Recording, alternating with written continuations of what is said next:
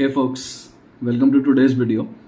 तो जो last video था फायर वाला, उस पर काफ़ी लोगों के इंटरेस्टिंग क्वेश्चन आए कि अंकित मॉडल तो सही लग रहा है, हम 2-2.5 करोड़ रुपया पैसिव कॉर्पस बना सकते हैं for recurring returns, but taxation का क्या होगा? क्योंकि अगर हम एफडी में डालते हैं, कमर्शियल रियल एस्टेट में डालते हैं, तो दोनों जगह 30% टैक्स ऑलमोस्ट पड़ जाएगा। और in fact recently some of my friends are also looking for के यार कुछ पैसिव कॉर्पस हमारा सेट हो जाए, जिससे कि घर की मेंटेनेंस, हाउस हेल्प वगैरह रिकरिंग खर्चे सॉर्ट ऑफ ऑटोमेट हो जाएं। तो दे वर प्लानिंग कि यार कुछ कमर्शियल रियल एस्टेट ले लेते हैं, कुछ ले लेते हैं, तो उसमें भी टैक्सेशन वाला पार्ट हो जाता है। तो today I wanted to discuss a very cool way by which you can really optimise on taxes, और जो पैसिव इनकम कॉर्पस है उसमें हम काफ़ी ज़्यादा टैक्स ऑप्टिमाइजेशन कर सकते हैं। तो समझते हैं कैसे हो सकता है ये। सो इसके लिए क्या करना होगा, आपको एक बड़ा म्यूचुअल फंड कॉर्पस बनाना पड़ेगा over time. It can be a combination of some hybrid funds, या आपने थोड़ा बैलेंस्ड एसेट फंड BF डाल दिया, या कुछ फ्लेक्सी कैप वगैरह फंड डाल दिया, और थोड़ा बड़ा साइज बनाना पड़ेगा फंड का। तो for the sake of calculations से 1 करोड़ का हम बना लेते हैं। आपने 7-8 साल इन्वेस्ट करा अच्छा खासा सिप अमाउंट डाल के, तो एक साइजेबल आपका जब पोर्टफोलियो बन जाए, फिर व्हाट यू कैन डू कि मान लो 1 करोड़ का पोर्टफोलियो बन गया, ठीक है।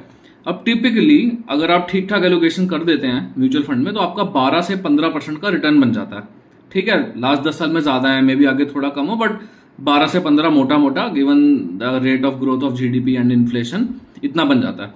तो अगर हम बेस लाइन भी लेके चलें 12 मैक्स 15, सो अगर आप 12% लेते तो 1 करोड़ का साल का हो गया 12 लाख रुपए इंटरेस्ट। तो आप मंथली अगर 1 लाख रुपए SIP करके छोड़ देते हैं 1 करोड़ के कॉर्पस पे, तो you can easily withdraw passive income of 1 lakh rupees. Now the important thing is कि बड़ा कॉर्पस बनाना पड़ेगा पहले। ऐसा ना हो कि यार मैं 10 लाख पे 1-1 लाख मंथली विड्रॉ करने लग जाऊं, क्योंकि markets in the long run give you a return of 12 to 15%। Short term में ऐसा नहीं होता। और इसका ब्यूटी क्या है टैक्सेशन का, क्योंकि दिस इज इक्विटी, तो आपका ये LTCG which is long term capital gain हो जाएगा। अब तो सिर्फ 10% टैक्स लगेगा। तो जो लिटरली 1 लाख रुपए आप निकालते रहो SWP, 10,000 पे टैक्स लगेगा, 90,000 आपके घर पे, और कभी भी आपका कॉर्पस लाइकलीहुड में कभी भी खत्म नहीं होगा। तो आप अमर अजर हो गए, चुपचाप 90,000 रुपए का रिटर्न सिर्फ 1 करोड़ के इन्वेस्टमेंट पे, और आपका पोर्टफोलियो हमेशा सेफ है। और ये सेम चीज मैंने best to best commercial real estate में ट्राई भी किया था हैदराबाद में, फिनिक्स वगैरह से बात करी थी।